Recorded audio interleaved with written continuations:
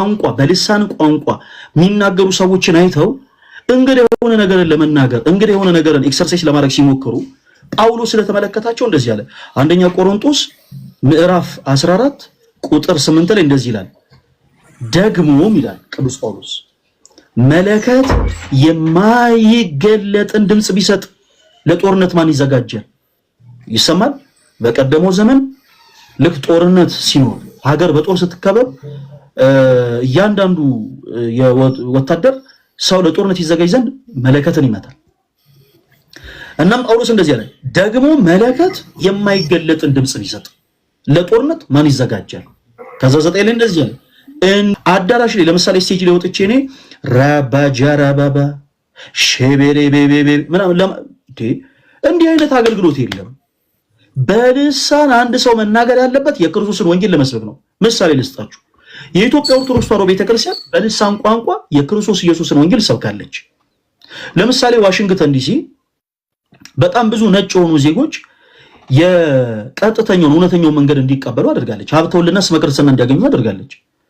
የክርስቶስን ወንጌል የሰበከቻቸው ግን በአማርኛ ቋንቋ አይደለም፣ በገዛ ቋንቋቸው ልክ ሐዋርያት በልሳን ቋንቋ ሲናገሩ በጸሎት ይተጉ የነበሩ ከኢየሩሳሌም የነበሩ አይሁዶች የኛን ቋንቋ እንዴት ሲናገሩ እንሰማለን ብለው ተገርመው እንደነበረ ሁሉ ኦርቶዶክስ ቅድስት ቤተክርስቲያን አሜሪካ ስትሄድ የአሜሪካ ዜግነት ያለውን ሰው በራሱ በገዛ ቋንቋው ነው የምታስተምረው።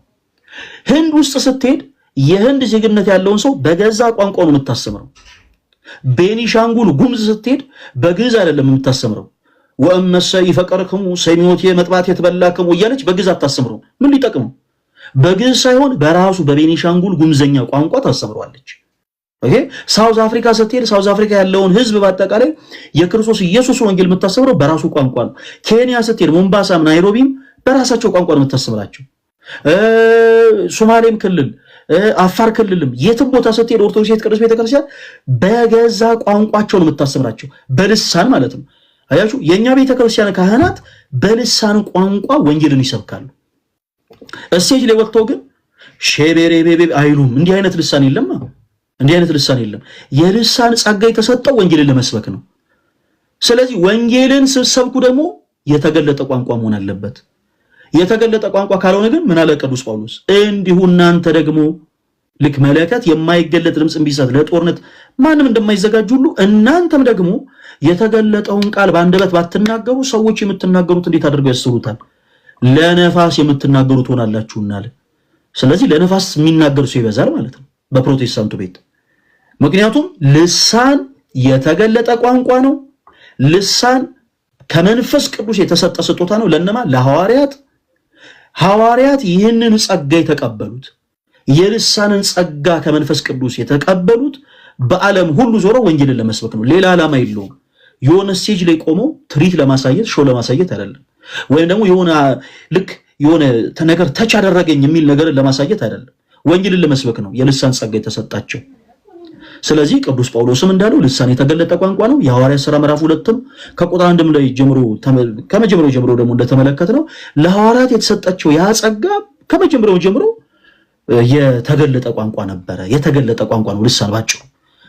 ከዛ ውጪ ግን በልሳን ቋንቋ ሲነገር ተርጓሚ ያስፈልጋል ይላል። እንዳትረሱ፣ ተርጓሚ ያስፈልጋል ማለት ልሳኑን የሚናገር ቋንቋውን የሚናገረው በቋንቋው የሚሰብከው ሰው ምናልባት የማያዳምጠው ሰው ቢኖር ቋንቋውን እንዲረዳ ተርጓሚ መኖር አለበት። ኦኬ። በልሳን የሚናገር ወይ ራሱ መተርጎም አለበት። በልሳን ተናግሮ ግን መተርጎም የማይችል ከሆነ ግን ተርጓሚ ሊኖር ይገባል። ለምሳሌ ጉራገኛ ቋንቋ ብቻ ቢችል ሰው በጉራገኛ ቋንቋ ሲሰብክ በመሃል የኦሮምኛ ቋንቋ ተናጋሪዎች ቢኖሩ በቋንቋቸው የሚተረጉምላቸው ሰው ሊኖር ይገባል። ካለበዚያ ግን ለሕይወት አይሆናቸውም ይላል ጳውሎስ። ለሕይወት አይሆናቸውም። ቅድም እንዳልኳችሁ ሰዎች በ90ዎቹ ዓመተ ምህረት ላይ በፕሮቴስታንት እንትን ጨፍረው ያውቃሉ። ምሳሌ እኔ ልበልላችሁ። አሁን ደግሞ እቺን ሪከርድ አድርጉና ደግሞ ፈለገ ዘፈነ እንዳትሉ። የፕሮቴስታንት መዝሙር ነው መዝሙር። አሁን እኔ እምልላችሁ ሰው ግን የሚገርም ዳንስ ጨፍሩበታል። under your blood listen me under your blood Jesus ever cover me under your blood listen me under your blood Jesus ever cover me under your blood ክርስቲያኖች ይሄ በጀማይካ ያሉ ፕሮቴስታንቶች የዘመሩት ዝማሬ ነው። ህዝቤ በዚህ የፕሮቴስታንት መዝሙር ወገቡ እስከሚቀነጠስ ድረስ ጨፍሯል። በጣም ራስታ የሆኑ ሰዎች ጸጉራቸውን እየነቀነቁ ምናምን ደንሰውበታል፣ ኢትዮጵያ ውስጥ ማለት ነው። በጣም የሚገርማችሁ ነገር የደነሱበት የጨፈሩበት ሪዝኑ ምንድነው? ቋንቋን አልተረዱትም። ለህይወት አይሆናቸው። የተዛ ጋር ሲዘመር የነበረው ሰው እንበልና ምሳሌ ልስጣችሁ። ሲዘመር የነበረው ሰው በመካከል የሱን ቃል የሚተረጉም ሰው አብሮ ቢኖር እነዚህ ሰዎች ለህይወት ይሆናቸው ነበር። ምናልባት የሚናገረው ቃል ቃለ እግዚአብሔር እንደሆነ አውቀው ያው ትንሽ ጥንቃቄ ያደርጉበት ነበር። ሳያውቁት ግን በፕሮቴስታንት መዝሙር ጨፈረዋል እነዚህ ሰዎች ሳያውቁት። ሊያውም ክርስቶስ የማይወደውን አጋንንት ይጨፈራል ማለት ነው። ስለዚህ በልሳን የሚናገር ሰው ሲኖር በመካከል ምን ሊኖር ይገባል? ተርጓሚ ሊኖር ይገባል። ልሳን የተገለጠ ቋንቋ ነው ወይ? አዎ። መጽሐፍ ቅዱስ የሐዋርያት ሥራ ምዕራፍ 2 ከቁጥር 7 እና 8 ላይ እንደሚናገረው አዎ የተገለጠ ቋንቋ ነው። ቅዱስ ጳውሎስም በአንደኛ ቆሮንቶስ ምዕራፍ 14 ከቁጥር 8 እና 9 ላይ እንደተናገረው አዎ ልሳን የተገለጠ ቋንቋ ነው። ልሳን ቋንቋ ለሐዋርያት የተሰጠው ለምንድን ነበረ? ሾፍ እንዲያደርጉበት አይደለም፣ ወንጌልን እንዲሰብኩበት ነው። ወንጌልን እንዲሰብኩ የኢትዮጵያ ኦርቶዶክስ ተዋሕዶ ቤተክርስቲያናችን በልሳን ቋንቋ ትገለገላለች።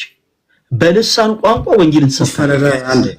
ደሳለኝ ከዚህ በኋላ ድምፅህን የምሰማ ከሆነ አስወርዳለሁ። እሺ ማይክን ሚውት አድርገው። ጋይስ በደንብ አድርጋችሁ አዳምጡኝ። ኦርቶዶክስ ቅዱስ ቤተክርስቲያናችን በልሳን ቋንቋ ትሰብካለች። በልሳን ቋንቋ በዓለም ላይ ሁሉ የኦርቶዶክስ ቤተክርስቲያን የሌለበት በነገራችን ላይ ሀገር ቁጥሩ በጣም ኢምንት ነው፣ በጣት የሚቆጠር ነው። በሁሉም ዓለም ላይ ቤተክርስቲያናችን አለ። በሁሉም ዓለም ላይ ባህሬን ብትሉት፣ ዱባይ ብትሉት፣ አሜሪካን ብትሉት፣ ካናዳን ብትሉት፣ እንግሊዝን ብትሉት፣ በሁሉም ቦታ ላይ ኢቭን የፕሮቴስታንት በተለይ ስፔሻሊ የሉተራን ቸርቾችን በአጠቃላይ እየገዛን ያለ ነው አሁን እኛ ነን ኦርቶዶክሳውያን። በውጭ ዓለም አማኞች እየጠፉባቸው ስለሆነ ቸርቾቻቸውን በጣም ብዙ ሉተራን ቸርቾች እየሸጡ ነው። ያንን እየገዛን ያለ ነው እኛ ነን። መረጃው አለን። ቁም ነገር ነው የምላችሁ። መግዛቱ ምናምን ተውትና አሁን እሱ አይደለም ቁም ነገሩ። በሁሉም ዓለም ላይ በህንድም፣ በቻይና፣ በጃፓን፣ በኮሪያ በተለያየ ቦታ ላይ ባሉን አብያተ ክርስቲያናት በአጠቃላይ ወንጌልን የምንሰብከው ሰዎች በሚሰሙት በገዛ ቋንቋቸው እንጂ በአማርኛና በግዕዝኛ አይደለም። ሄደን እኛ ለምሳሌ ቻይና ሀገር ቆመን ቻይና ሀገር የላክነው ካህን ሄዶ የቻይናን ህዝብ ተሰብስቦ በቀዳሚ ገብረ እግዚአብሔር ሰማየ ወምድር አይልም። መጽሐፍ ቅዱስን ገልጦ መጽሐፍ ቅዱስ እንዲላል እያለ በአማርኛም አይናገርም። በራሳቸው ቋንቋ ነው የሚሰብካቸው። በራሳቸው በቻይንኛ ቋንቋ ይሰብካቸዋል። ይሄ በልሳን ማገልገል ይባላል። ሐዋርያት በልሳን ዞረው ወንጌልን ይሰበኩት። ዛሬም በቤተክርስቲያናችን ያሉ ካህናት በዓለም ሁሉ ዞረው በልሳን ወንጌልን ይሰብካሉ። ኦኬ።